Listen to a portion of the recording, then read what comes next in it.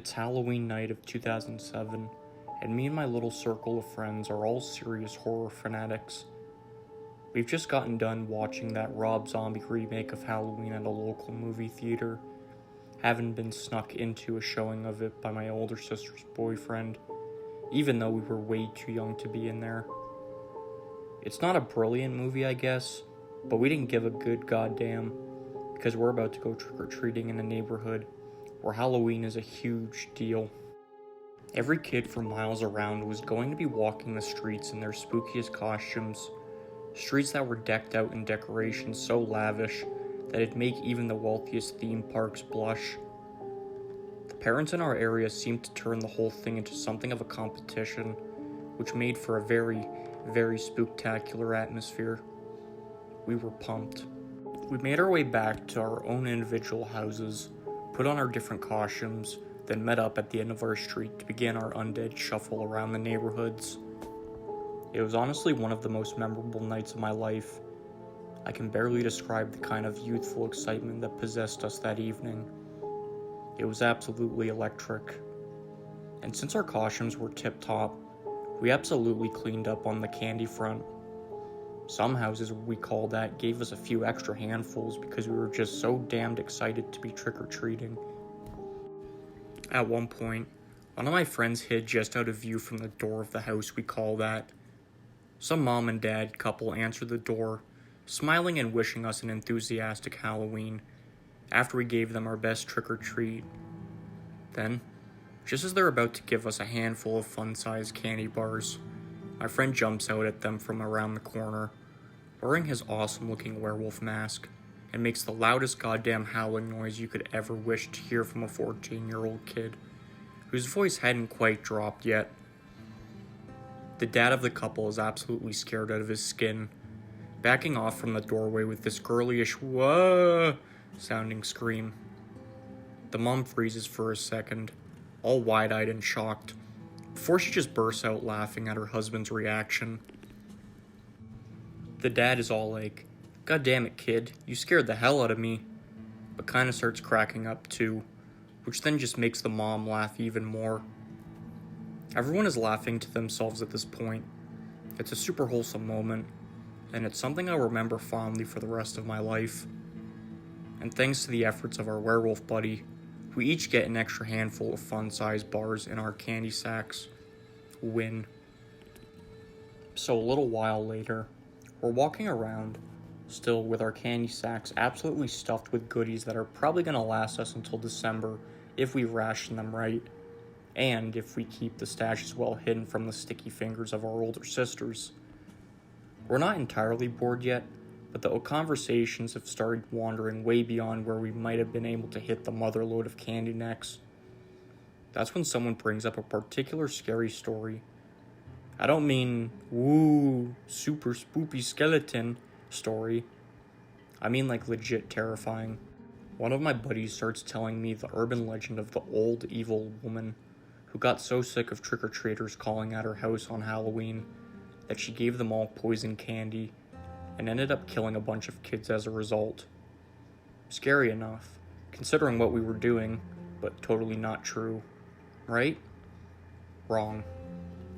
Another of my buddies is all like, "Nah, dude, that's a true story," and tells us how that actually happened, like back in the 80s or something. Apparently, and I did look this up myself later on to confirm it, this poor kid gets given a poison pixie stick while on his trick-or-treating rounds. He eats the candy inside, totally unaware that the sugar crystals inside are actually laced with cyanide. Yep, cyanide. Like one of the deadliest poisons known to man. Same stuff Hitler swallowed to kill himself at the end of World War II. Then boom, the kid dies. It was no urban legend at all. That stuff legit happened for real. Then, our buddy goes on to tell us that he wasn't some evil old lady that did the poisoning. It was his own dad that did it for life insurance. Like he took out a life insurance on his kid, murdered him, then tried to claim on it. Sick bastard, right? Seriously disturbing story. And obviously, we're all actually terrified by the prospect of it. We're walking along, actually wondering aloud to each other if we'd called at anyone's house who seemed weird enough to actually do that. There was no seemingly evil old lady that night, but one of us starts joking that maybe, just maybe, the dude who we scared was actually pissed at us, and the extra candy we'd been given had been laced with the poison to get revenge.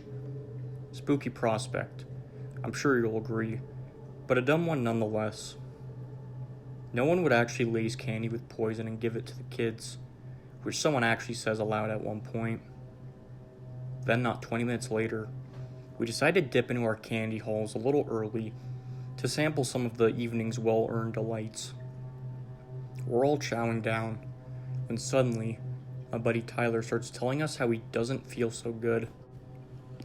He hadn't eaten any candy up until just a few moments before, so it's not like he could have had a stomach ache from that. We're asking him if he's okay, if he needs to sit down, if we need to get him some water from a nearby house or something, but he can barely respond other than tell us that he feels dizzy and wants to go home. He then walks over to the curb and almost collapses down onto the grass verge, beginning to violently cough as he does so. That's when he starts getting scared. I remember being all like, "Stop faking it, dude. This isn't funny. Stop it." But he doesn't stop. And deep down, I could tell he wasn't faking it. "I can't feel my tongue," he suddenly said, and my heart just about stopped in my chest.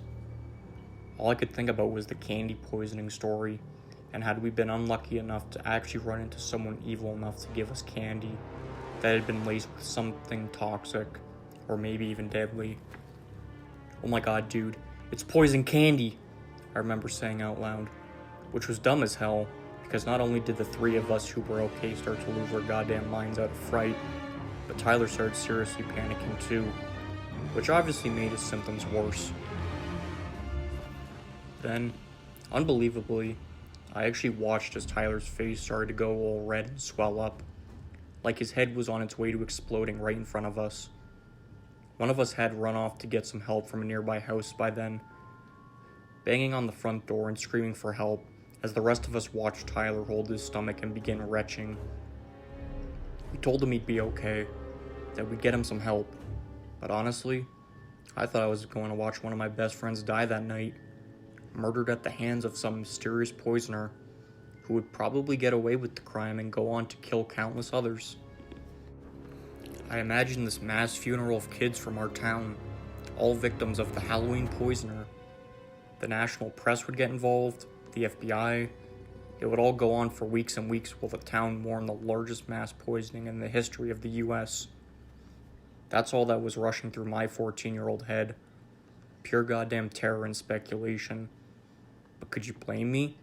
I was literally watching my friend's head swell up right before my very eyes. And then, Tyler passed out. He was just that, unconscious, but I thought he was dead.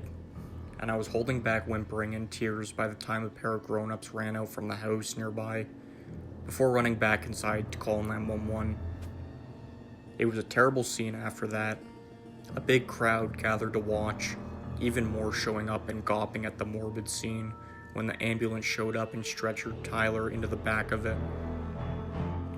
We couldn't go with him to the hospital, and not realizing that the paramedics could find a way to contact Tyler's mom and dad once they had his name, which we obviously gave them, and we were devastated at the idea of having to call around at their house to tell them the horrible news that their only son had died in the front of us. It was horrendous, truly horrifying, and one of the most memorable nights of my life suddenly got much more memorable for all the wrong reasons. We headed over to Tyler's parents' house, but no one was home. We thought we'd been spared the job of breaking the awful news to them, but in actual fact, they had already gotten the call that Tyler was at the hospital and had headed over to be with him. I told my parents what happened when I got home, through ugly tears. I described the dizziness, the coughing, the wheezing, and the puking. My mom, who used to be an EMT back when she was in college, gave me this weird, knowing look, then headed off to get in touch with Tyler's parents, while I went up to my room and cried myself to sleep.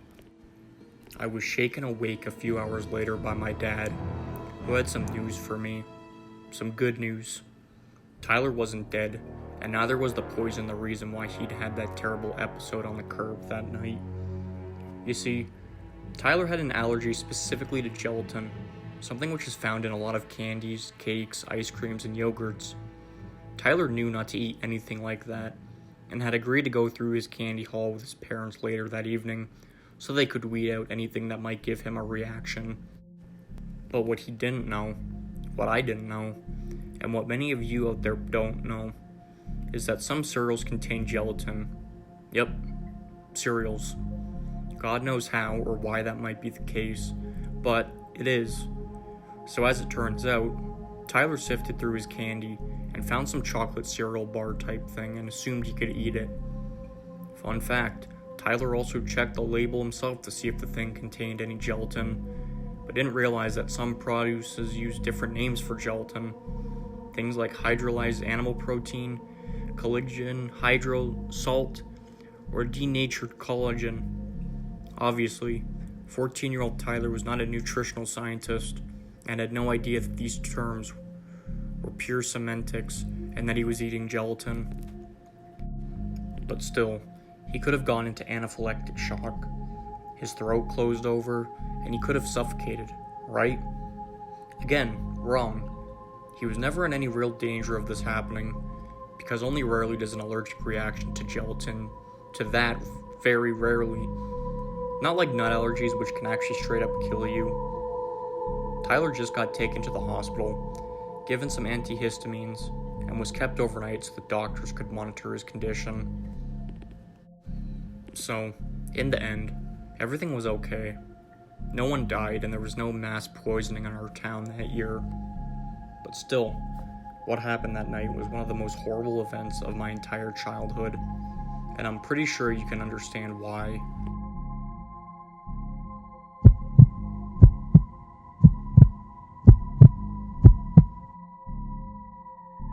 When I was 9 years old, my parents let me go trick-or-treating without them for the first time ever.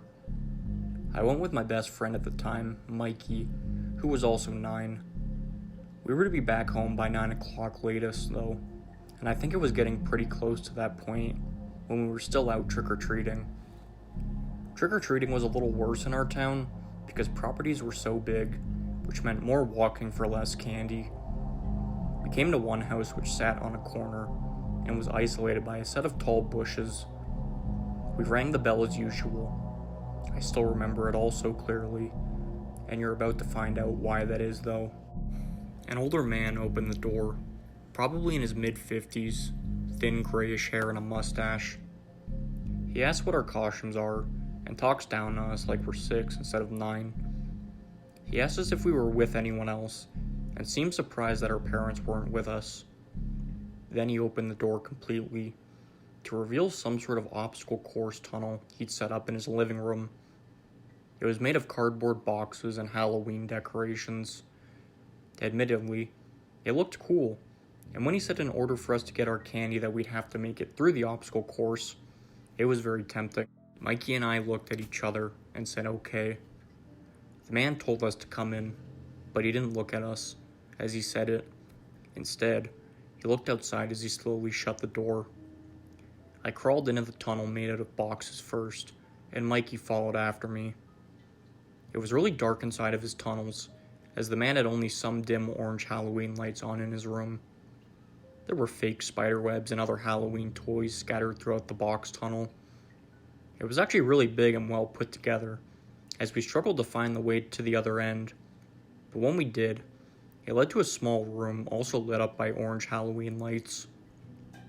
There was a note in this room, pointing to a door saying, "Candy down there."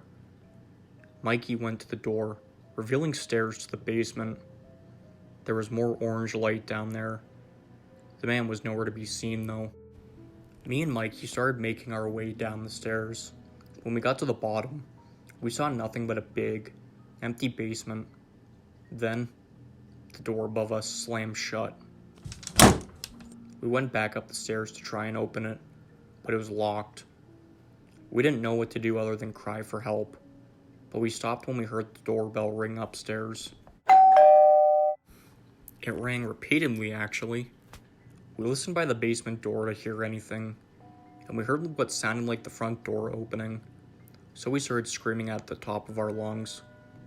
Then there was a commotion outside of the basement, like two men yelling at each other, before the door in front of us unlocked and opened, and a man and a woman came up to us. The woman hugged us and told us to follow them out of the house. We followed the couple through the living room, passing the man in the corner of his room, standing over his freakish creation. The husband called the man a sick freak as we left the house. The couple took us to their house, where the husband called the cops, and the wife stayed with us, asking questions like what the man said to get us inside of his house. Apparently, they'd seen us go into the man's house because they live across the street. The cops arrived, and there was an overwhelming amount of evidence for him to be arrested and tried. Of course, at the age of 9, we didn't understand the depth of the situation, but looking back now, we're all happy that those neighbors came to our rescue and justice was served that night.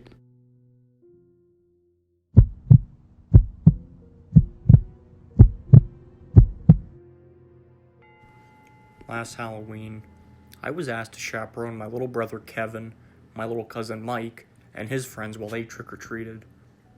No, I wasn't the typical cliche teenager who was pissed off because I had better things to do. I was perfectly content with hanging out with my little brother, my little cousin, and his friends. I was 18 years old, so I was a bit old to be collecting candy myself. So I asked my little brother to carry a smaller bag and put some candy in there for me at each house. By the time that small plastic bag was full, I was asking the kids if they were ready to go home. And every time I would ask, they would say no. They insisted on filling their bags to the top, but that was out of the question. I had enough, so I started leading them back in the direction of Mike's house. Suddenly, a white van pulled up next to us. The driver rolled down the passenger side window and asked me if I could help him out with something. "Nah, I gotta get these kids home," I said, then directed my attention back to the group. He said he just needed me to fix his passenger seat into the upright position, as it was a 2-person job, and he said he had a date. I told him that it would have to be quick. He parked his car and told me to get inside. I opened the door and began fidgeting with the seat. He was telling me to lift, and then I would lift. He would then say put it back down. I'm gonna be honest, I thought this guy was just flat out dumb, until I heard the kids screaming outside. There was somebody trying to grab one of Kevin's friends. I almost fell on my face as I tried to get out of the van. When I did, I grabbed him by the throat and began to strangle him. The driver came out and shoved me to the pavement and attempted to grab Kevin, but the owner of the house we were in front of came out with a rifle in his hand. He fired a shot in the air, a warning shot, and with that, the 2 creeps hopped back in their van and drove off. I tried to grab a hold of one of them, but I wasn't quick enough. The van was gone down the street before I could take 5 steps after getting up. I couldn't express enough gratitude to that old man who came out with the rifle. I wish I could say that it ended there, happily, but unfortunately, the next day while watching the news, there was a report of a missing 9-year-old boy in our town. Now, I usually don't believe in coincidences, but I know that wasn't any coincidence, and I know that for the rest of my life, it will kill me, remembering how I could have prevented a kidnapping had I just grabbed a hold of one of those guys.